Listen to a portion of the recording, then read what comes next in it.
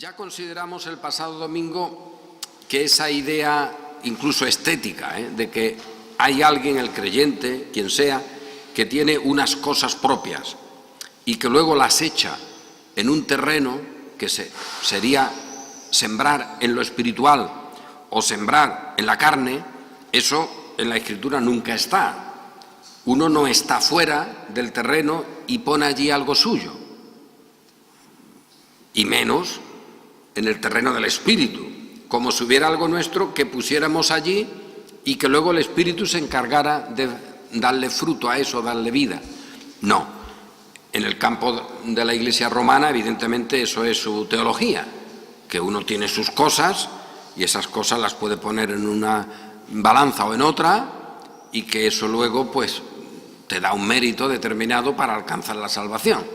Ese es el esquema de la Iglesia romana, en algunos casos muy parecido también a las iglesias evangélicas, porque de un modo u otro el sentimiento que queda es ese. Oye, yo tengo mis cosas que son mías y las pongo en el terreno del Espíritu, las siembro allí. No. O tengo unas cosas y las pongo en la carne, que mientras que no las he puesto no están, no son de la carne. Tampoco es eso así. O sea, nosotros estamos en un sitio. Pertenecemos a un lugar, somos una realidad y esa realidad sin Cristo es de condenación y todo lo que ahí funcionamos y todo lo que sembramos, todo lo que trabajamos de una manera o de otra es de la carne y de la muerte, y luego está la redención en Cristo que tenemos de Él y que somos calificados como suyos, como hijos de Dios y que corresponde pues a los creyentes, y luego esos creyentes viven pues con sus responsabilidades, con sus circunstancias, y lo que se dice al que está en ese lugar es que sea consecuente y que viva pues según su condición. Somos hijos de luz, por lo tanto ya está bien el tiempo pasado y esa realidad nueva pues que se tenga en cuenta. De eso es de lo que se trata, pero se trata de tenerlo muy en cuenta, porque con mucha frecuencia parece que la vida cristiana o la enseñanza o el discipulado, como hoy a veces se dice también, pues consiste en eso, en que las cosas de uno vayan arreglándose si se ponen en un lugar. Y eso, evidentemente, ya digo que no tiene nada que ver con la Escritura, no es que estemos aquí y pongamos allí, sino que estamos donde estamos. Y lo que se dice, que no es poca cosa, claro, es que lo nuestro, lo del Espíritu, eso tiene frutos, y que la Iglesia fructificará, y que eso no es algo que depende de que se ponga más o menos, eso es fruto del Espíritu, lo que el Espíritu ha concedido y que lo tenemos todos nosotros, los que hemos nacido del Espíritu, los que hemos sido hechos nacer por parte de Dios de esa manera.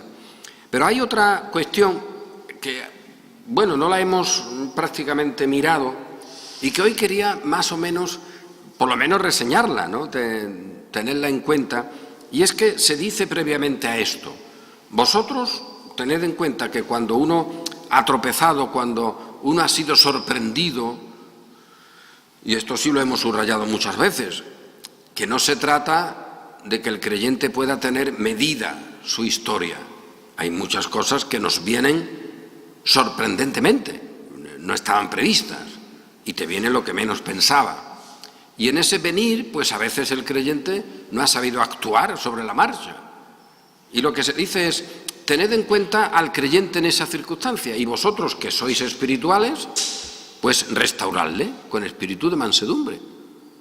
Es decir, que el creyente que ha tropezado y que ante una circunstancia que ni siquiera estaba prevista, que no estaba medida, sino simplemente que ha sido sorprendido por ella, no en ella, que no se trata de que el creyente está haciendo algo en secreto y luego es sorprendido, es decir, es descubierto. Eso no es lo que se está diciendo, sino que alguien, pues de sorpresa, se encuentra con una circunstancia en la que no ha sabido actuar correctamente. Pues vosotros que sois espirituales, dice la Escritura, corregidlo, restauradlo, y ese es el camino. Esto nada tiene que ver con las maneras farisaicas de funcionamiento dentro del cristianismo, que a lo largo de toda la historia ha habido. Es todo lo contrario, considerándote a ti mismo. Por lo tanto, no tenemos aquí una especie de camino para que nadie se preocupe por lo que haga, que cualquier cosa vale, eso no lo tenemos, pero tampoco tenemos una condición farisaica de la vida cristiana en la que cuando alguien ha sido sorprendido en una falta, pues hay allí 5 focos de 5, en fin, gente desde la altura que califica a esa persona y la pone fuera de lugar. Lo que se dice es: vosotros, que sois espirituales, precisamente esa es la condición de ser espirituales, restaurarle con espíritu de mansedumbre, considerándote a ti mismo. Porque tú no pienses que a ti no te sorprende nada y que estarás totalmente, en fin, imposibilitado para que te ocurra algo, porque tú tienes muy medidas las cosas, tú tienes tus ejercicios espirituales muy bien hechos, pero lo que puede venir nunca se sabe. Y en ese nunca se sabe, pues realmente hay circunstancias en las que de manera muy normal el creyente puede encontrarse haciendo algo que él mismo no aceptaría, que él mismo no le daría validez, pero que, bueno, ha sido llevado por esa circunstancia, sorprendido y se encuentra ahí. Bueno, tú que eres espiritual, si eres espiritual, no te pongas arriba a mirar y a poner la luz, sino ponte ahí a su lado y restáuralo. Esa es la idea. Levántalo, ponte con él, considerándote a ti mismo. No seas que tú vayas a ser tentado precisamente por tu acción con él y que seas calificado por parte de Dios como no espiritual porque no estás actuando espiritualmente con tu hermano. Y luego, cuando se habla de que cada uno llevará su carga, etcétera, de inmediato en el versículo 6 se dice: el que es enseñado en la palabra, haga partícipe de toda cosa buena al que lo instruye. Esto, dicho así, pues ha llevado a algunos a interpretarlo, que también es legítimo, en el sentido de que en la Biblia eso se enseña, de que los que enseñan la palabra pues reciban un beneficio material para vivir. Es decir, no se trata de hacerlos morir por el Evangelio, sino de que vivan por el Evangelio, dice la Escritura, que vivan del Evangelio. Que hay vividores, que hay sinvergüenzas, eso evidentemente. En toda la historia, y aquí lo hemos señalado, como hay gente hoy día en países con una pobreza extrema, que son pastores o clérigos o como se quiera llamar, que son multimillonarios. Esos tíos, bueno, y tías, porque también hay pastores y pastoras, pues nada, ni agua, allá ellos. Pero eso no quita que en la ley se establezca el buen orden para cuidar también a los que tenían el encargo de enseñar. Siempre quedará ese dato de la tribu de Leví, los levitas, que no tenían tierras. Por lo tanto, ellos dependían, porque cumplían un servicio a toda la comunidad, a todas las demás tribus, pues estas tribus tenían que ofrecerle a los levitas el cuidado material. Y dice la Escritura, porque ellos no tienen tierra, su trabajo, su tierra, digamos, su cosecha es la del pueblo, y ellos tenían que recibir. ¿Que eso también trajo consecuencias negativas? Bueno, es verdad, porque muchas veces se dice que había grupos que tenían a un levita, en fin, como se hacía antiguamente, ¿no? El señorito que tenía a un cura, tenía su cura, ¿no? Y que hacían sus servicios, y que ese cura se confesaban con él, pero nunca le decía nada, ¿no? Hicieran lo que hicieran, siempre fulanito y cetanito, don fulanito y doña cetanita, siempre salían bien parados, Una pequeña cosa, una pequeña limosna, y tenían sus curas, tenían sus capillas en los cortijos, en fin, esas cosas se hacían. Y también vemos que en la época de Israel, cuando estaban en su existencia normal, pues también había algunos que tenían sus levitas, y había por ahí en eso pues alguna corrupción. Luego, cuando se separó el reino en las 10 tribus del norte y las 2 del sur, en la que queda el santuario, queda el templo, pues los levitas también andaban por ahí. no tenían tierra, vaya. ¿Qué pasaba con ellos? Pues algo pasaba, pero bueno, también sobrevivían como podían. Cuando se establece la nueva existencia del pueblo tras venir de la cautividad, pues también había levitas, es decir, había gente que en su genealogía se sabía que eran de la tribu de Leví, podían ser sacerdotes, por lo tanto, unos de la casa específica de alguien, luego los demás. ¿Cómo vivieron esos levitas en la cautividad? Bueno, pues vivieron. El hecho es que esta condición de cuidar al que sirve, al templo, al que sirve a la comunidad, pues eso es legítimo. No pondrás bozal al buey que trilla, ¿vale? Y eso, pues no siempre se hace adecuadamente. Eso es así. Ay de vosotros porque no habéis cuidado al levita. Es uno de los juicios que viene también contra Israel, el que no habían cuidado al levita, porque eso es un elemento adecuado de vida, de vida y de responsabilidad y de criterio.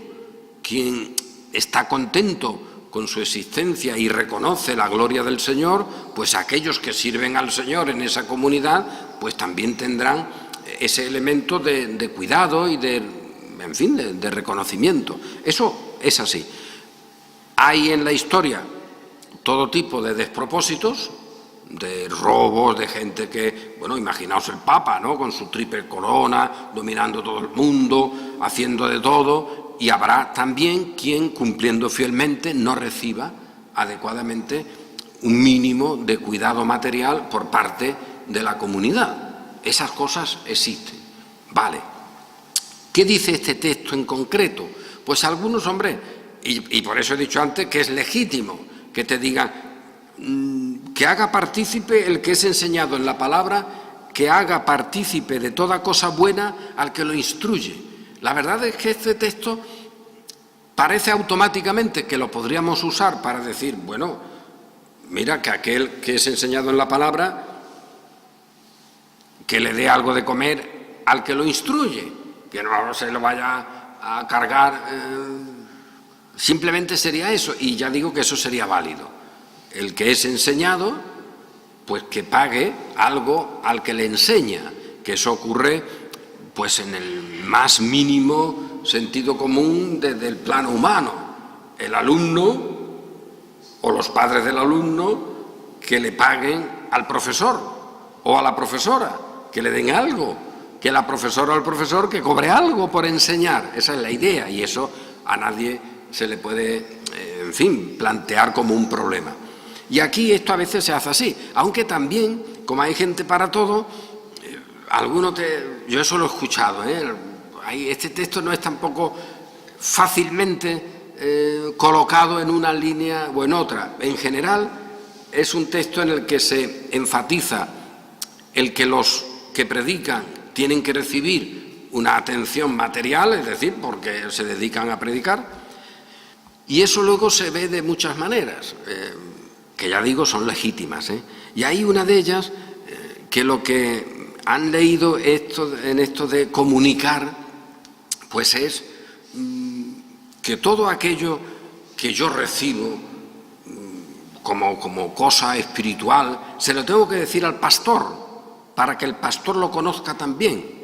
Bueno, eso no está mal, pero tampoco está muy bien. O sea, para que el pastor sepa lo que tiene que saber, vaya, que se lo digo yo, ¿no? Ese comunicar sería, yo tengo esta revelación y se la comunico al pastor para que el pastor luego predique con ella. Porque claro, yo no soy pastor, pero soy una persona bastante lista. Y tengo unas revelaciones, no sé explicarlas, pero se las digo al pastor para que el pastor las explique. Esto no es una exageración, esto funciona así, Hay personas que te lo plantean de esta manera. Siempre que al pastor se le daba algo, pero es curioso al pastor o al predicador, al que enseña la palabra, y aquí Calvino hace un énfasis extraordinario en la palabra, el que es enseñado en la palabra. Pensemos que en las iglesias de Galacia habían ido muchos enseñadores que falsificaban la palabra, que eso también está aquí teniéndose en cuenta. A vosotros han ido muchos, que Pablo ha dicho antes, ojalá se masculasen, los que os perturban. ¿Quién os fascinó? ¿Quién os engañó para seguir un camino diferente? Es decir, que allí habían ido maestros pretendiendo autoridad, pretendiendo tener la palabra procedente de la Iglesia de Jerusalén, y habían perturbado muchísimo a los creyentes. Pero al lado de esos también había quien enseñaba la palabra. Y eso es algo reseñable. Calvino eso lo enfatiza una y otra vez. Lo fundamental de esto, que es ser enseñados en la palabra. No se trata de pastores que hacen una liturgia. No se trata de sacerdotes que hacen no sé qué con unos humos o con unas maniobras mágicas, sino la enseñanza. Esto es fundamental. Y esa enseñanza en la palabra. Cuando dice Pablo palabra, es el conjunto de toda la enseñanza. No que os enseñen en la ley cómo cumplirla, o en esta cosa o en aquella otra, sino en la palabra. Pero, sobre todo, hay un intérprete, hay un autor que tiene unos comentarios muy buenos, por cierto, es luterano, y este hombre, en esos comentarios filológicos, que él es un experto en el griego, pues hace una referencia aquí al significado, a lo que aquí se está diciendo, que creo que es útil y que conviene recordar porque tendría mucho sentido. Y es que cuando se dice cada uno llevará su propia carga, cada uno tiene su carga.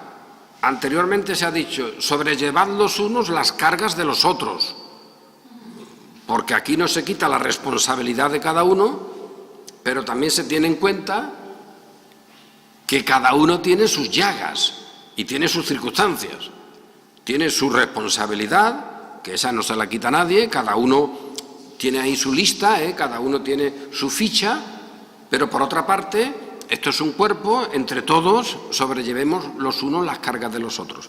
Y después de eso, justo después de eso, y por eso creo que esa manera de hacer una lectura de este texto es muy válida. Después de esto dice, el que es enseñado en la palabra, haga partícipe de toda cosa buena al que lo instruye. Y es que esto se podría traducir perfectamente, comparta, comunique, se haga parte de la comunidad del que enseña. La idea sería, el que es enseñado en la palabra, únase con un sentir común, hágase partícipe, haga suyo lo que el que enseña le está enseñando. Esta sería la idea, con lo cual aquí ya no tendríamos cuidado material, que eso también entraría, no es que se niegue, porque eso está en otros lugares, pero el fundamento sería el que es enseñado en la palabra, que participe de la enseñanza que recibe, que se haga uno, que no la tome como una cosa ajena. Esta es la idea, y creo que es una idea válida, evidentemente, para lo que es la enseñanza y lo que es la comunión. Oye, porque tú has recibido una enseñanza, antes no la tenías, es lo que Pablo está diciendo. Bueno, pues ahora que la tienes, hazte una cosa con ella, hazte comunión, comunica con lo que has recibido. El campo no es el mismo, pero sería como si un alumno, contando que el profesor le haya dicho la verdad, que a veces pues hay materias en las que no se dice la verdad. En 2 y 2 son 4 sí, pero en cosas de historia, etcétera, pues a veces no es fácil. Pero el dato sería, el alumno, cuando recibe la enseñanza, que se identifique con ella, que comunique de todo lo bueno, de todo lo que es salvación, con aquel que le enseña. Y esto sería, ya digo, en el plano normal de la escuela, pues que el alumno, su profesor le ha dicho que 2 y 2 son 4, lo ha aprendido, y ya se identifica con su profesor en que 2 y 2 son 4. Y eso ya forma parte de él. Eso lo pone en comunicación con su profesor. Este es el plano más genérico. Incluso en alguna falsificación, porque ya sabemos que Adán y Eva en el principio comunicaron con el diablo. El diablo les dijo y ellos se identificaron. Por lo tanto, se identificaron con la mentira. Y esto también es así. Y ya eres parte de ella. No es que la has creído y tú estás fuera. No, es que has comunicado con ella. Y por lo tanto has muerto en esa mentira. Y ya esa mentira es tuya. Participas de ella y de su rebelión. O sea que hay una comunicación en la mentira.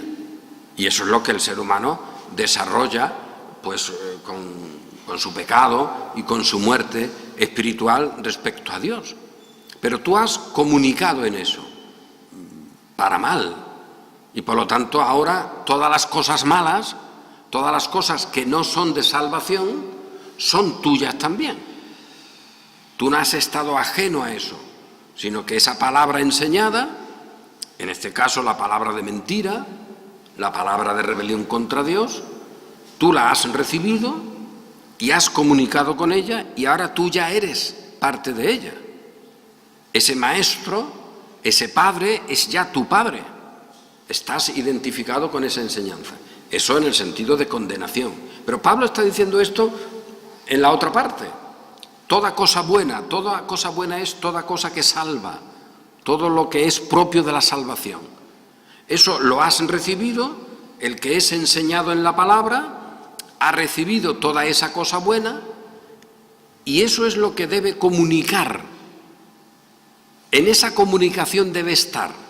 Esto es lo que dice el texto, que para traducirlo es complicado, pero que básicamente, se trata de poner delante de nosotros esa identidad que se da entre la enseñanza que recibimos, una enseñanza de la palabra, y cómo esa enseñanza forma parte de nosotros. Que esto no es seguir a hombres, esto no es llamar maestros a gente en la tierra, sino es simplemente la participación de la verdad.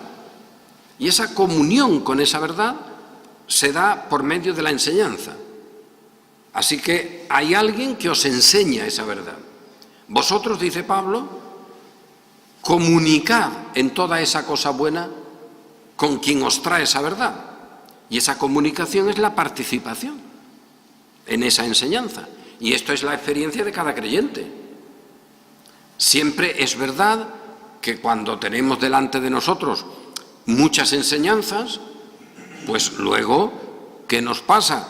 Pues que podemos decir, oye, fíjate, este pastor que ha escrito tales cosas, pues en estas 70 que ha escrito yo me identifico, yo comunico con él, porque son de la verdad.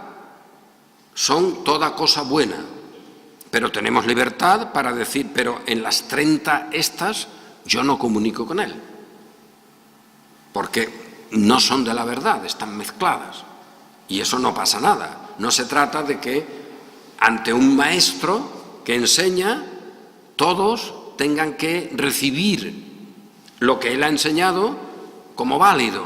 Siempre tenemos la libertad y eso es también normal, pero de lo que se trata es, de eso que hemos recibido, de eso que es todo lo bueno, toda la salvación, de esa palabra enseñada, cada uno de nosotros, pues hágase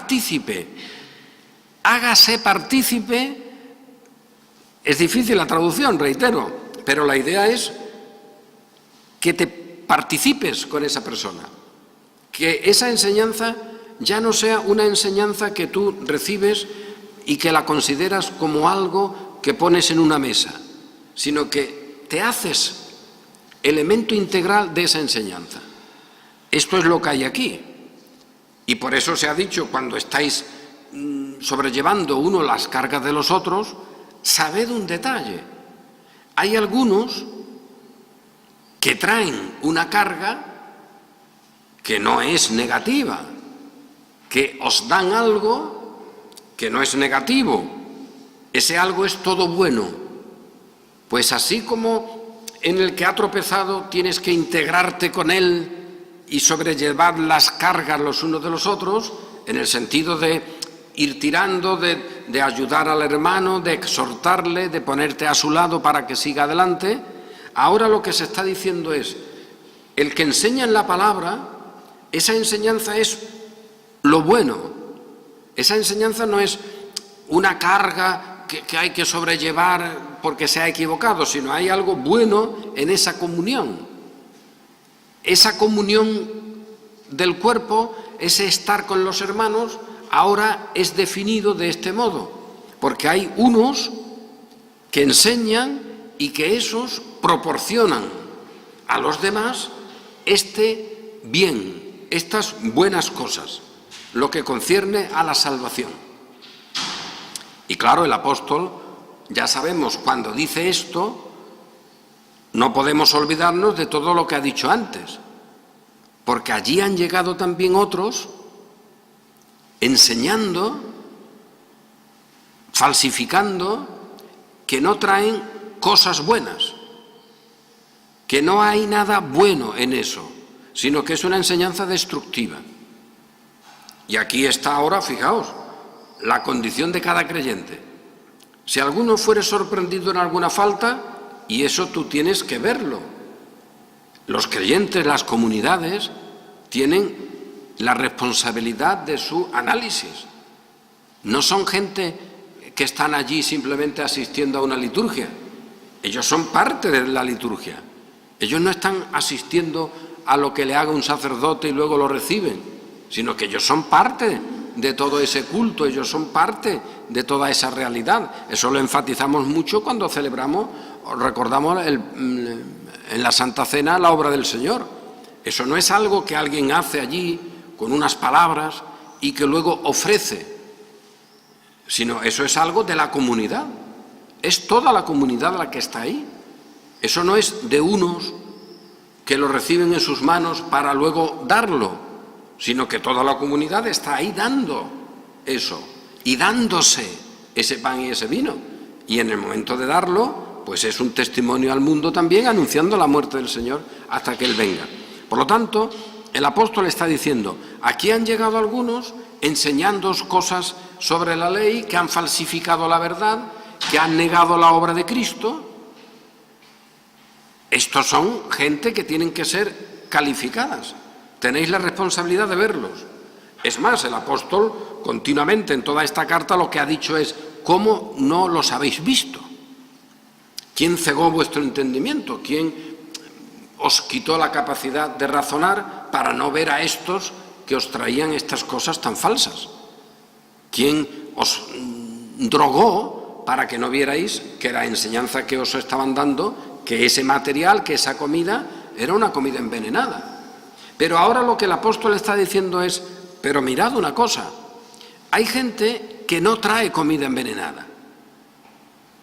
Los que enseñan de verdad en la palabra. Y vosotros, cuando sois enseñados en la verdad, en la palabra, que no es lo mismo que ser enseñados en esas doctrinas de la carne, de la ley, de la humana vanidad, etcétera. Frente a eso, vosotros sois instruidos y enseñados en la verdad. Por lo tanto, eso existe. Nosotros no podemos pensar, bueno, entonces la Iglesia, ¿qué hace? Esto existe. Había gente que enseñaba en la verdad. Y que enseñando en la verdad, pues a los creyentes se les dice, comunicad con esa verdad en la que sois enseñados. Sed parte de ella. Esta es la idea. Y esto es algo relevante para nuestro tiempo. Oye, que ya nosotros no somos gente que está observando una cosa mágica como la haga un sacerdote. No, nosotros somos cada uno parte de eso. Y somos parte haciéndonos partícipes en toda cosa buena. que se hace en ese momento de la enseñanza. Quería subrayar esto porque aquí hay un modo de presentar cómo funciona la Iglesia, en la cual la enseñanza y compartir esa enseñanza es fundamental. Y el hacernos parte, todos nosotros, de eso que recibimos. Porque, como he dicho antes, también está el otro elemento, que el que recibe la mentira se hace partícipe de ella. No participéis, leímos antes, de las obras infructuosas de las tinieblas. Y ahí la palabra participar otra vez estamos en la misma. No es que tú estés viendo, sino que te haces uno con ella, sino antes bien reprenderlas.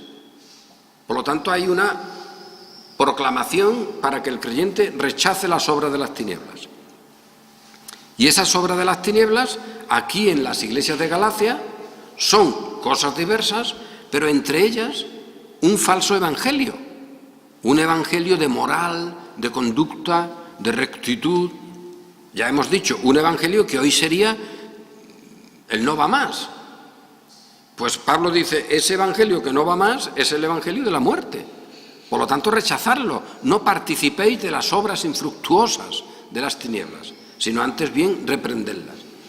Y ahora nos dice, en medio de todo eso también hay quien enseña en la verdad. Y el Señor eso lo ha conservado siempre. Allí mismo, en esas iglesias, Pablo está diciendo que había gente enseñada en la palabra, porque había gente que enseñaba en la palabra. ¿Con qué fuerza, qué paréntesis estaban teniendo esa gente que no actuaban contra los falsos maestros?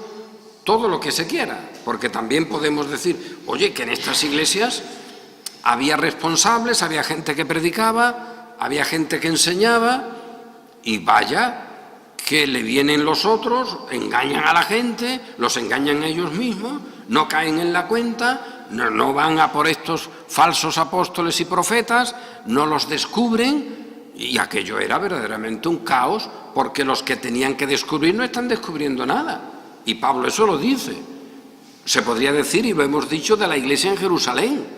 Oye, que sí, que allí están los apóstoles, que allí está quien quiera, pero allí hay también unos sujetos impresentables que están presentando un falso evangelio y allí los están dejando como si nada. Aquello está funcionando mal. Allí no están rompiendo esas barreras, allí no están eliminando esa condición de peligro para la iglesia, sino que las están dejando como si tal cosa. Y en las iglesias de Galacia estaba ocurriendo eso. Vale, por lo tanto, allí había una situación desgraciadamente muy común a lo largo de la historia, pero que no quita lo que el apóstol va a decir continuamente.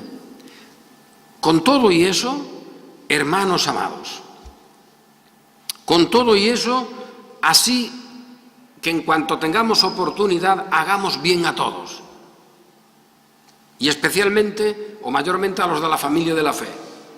O sea que allí el apóstol, a pesar de la ruina visible, dice, aquí también hay iglesia. Y por eso el apóstol escribe esta carta. Y esa iglesia tiene gente que enseña en ella.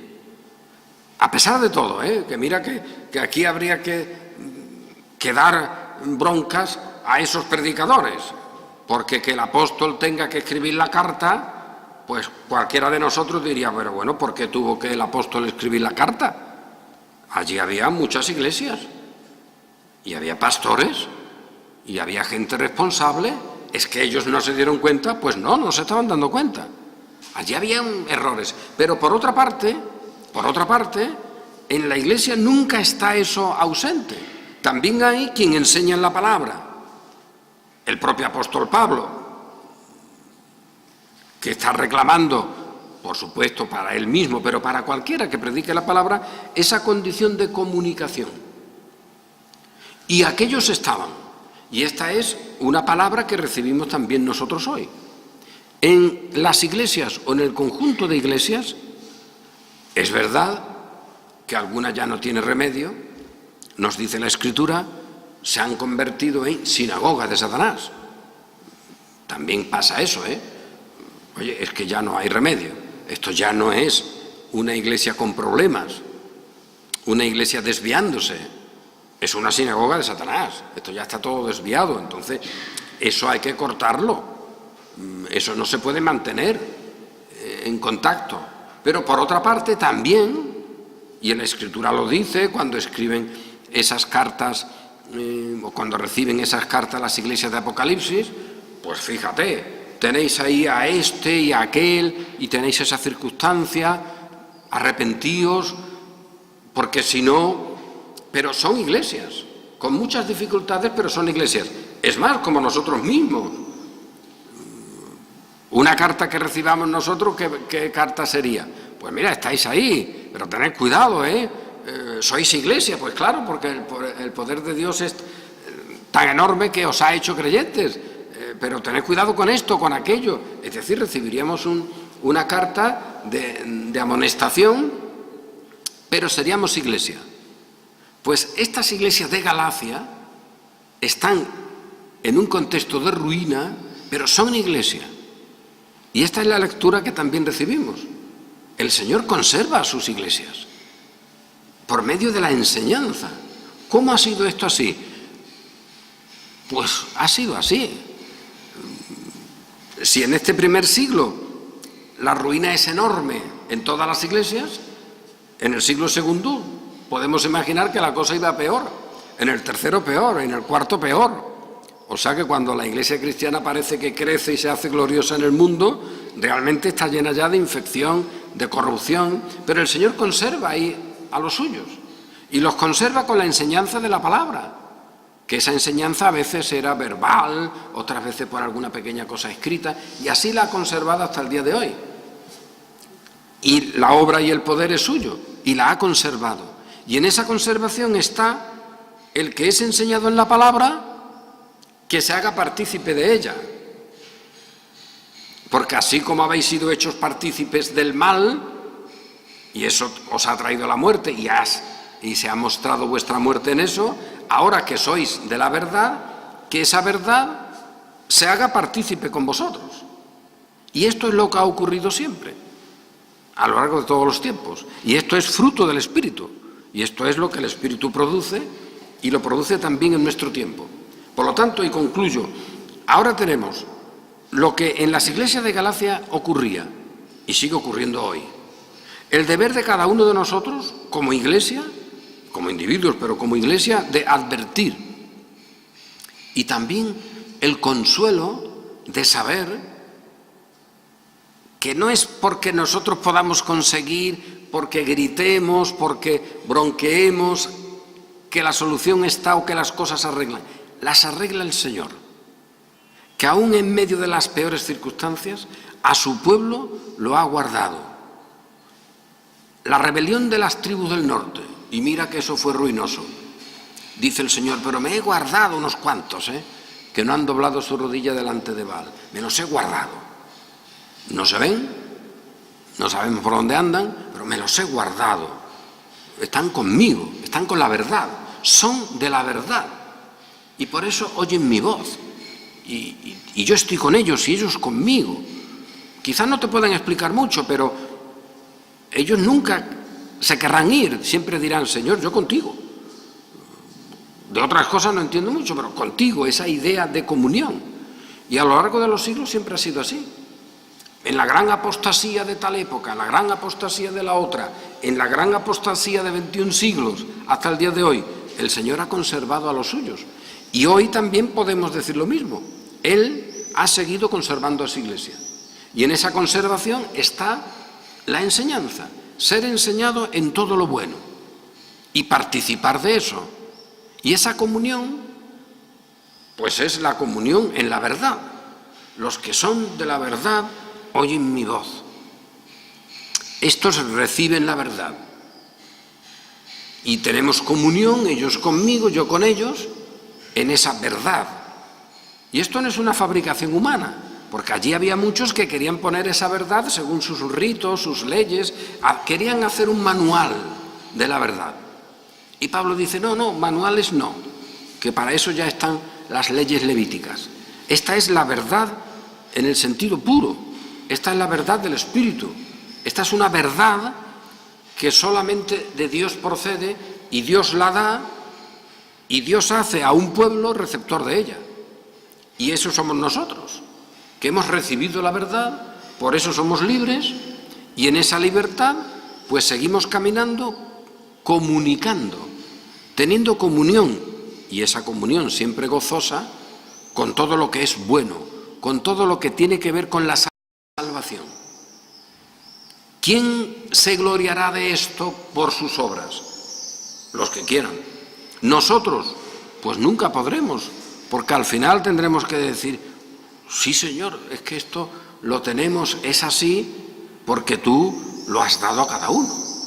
Y ahora yo resulta que me alegro y comunico con todo lo bueno, por las maneras diversas de la enseñanza que recibo, y eso lo hago por ti, por tu espíritu. Porque ¿cómo puedo yo tener comunión con la verdad? Porque soy de la verdad, porque tú me has hecho de esa manera. Porque por mí mismo, ya lo sé, tú mismo me lo declaras, me salvaste cuando yo estaba en enemistad contigo haciendo malas obras, diste a tu Hijo por mí en esa condición y ahora yo soy tuyo. Y este ser tuyo es algo que tú conoces, que tú sabes y que yo conozco y que yo sé porque tú lo sabes. Yo soy como tú dices que soy. Y en ese decir tuyo, en esa palabra, pues está mi salvación, porque es una palabra de verdad.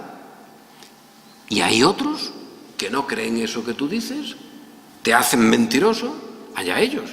Pero yo como pueblo tuyo, pues sigo la verdad en amor y crezco en esa verdad porque el Espíritu de verdad mora en mí. Y si no morase en mí, no sería de la verdad, porque esto no se trata de obra humana, pero porque es poder tuyo y mora en mí, sigo la verdad, me alegro en la verdad y en esa verdad soy edificado. Y esto ayer, hoy y para adelante igual, mañana seguiremos siendo edificados en la verdad y amaremos esa verdad y nos comunicaremos con ella. Y dentro de 5 días, y 7, y 8, y nosotros, y nuestros hijos, y los hijos de nuestros hijos, porque el Señor de la verdad ha hecho que su pueblo tenga la salvación, y que tengamos esa condición como el pueblo que por la verdad vive, por la verdad está unido, y en la verdad tiene su garantía y su futuro. Alegrémonos y gocémonos en ella, que es alegrarse y gozarse en el Señor. Amén.